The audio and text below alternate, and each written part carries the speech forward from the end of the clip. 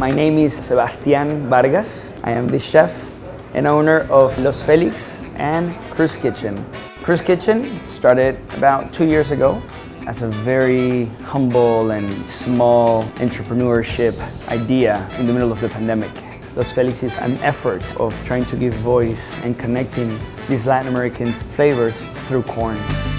Krüs is based more on a seasonal, ever-changing menu that is focused on open fire.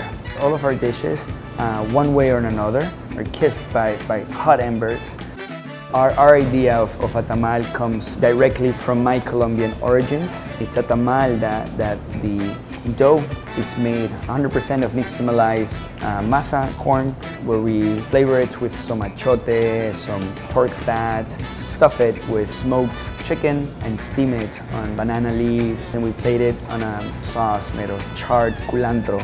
You could say it's like the cousin of the cilantro, but like the wild cousin. One dish that also is special here at Krüs is beautiful, huge Gulf prawn, slightly grilled, and serve it with sabayon of saffron, a little bit of sumac, and some finger limes. At Krüs, we focused all of our natural wines in mostly like Europe and the old world.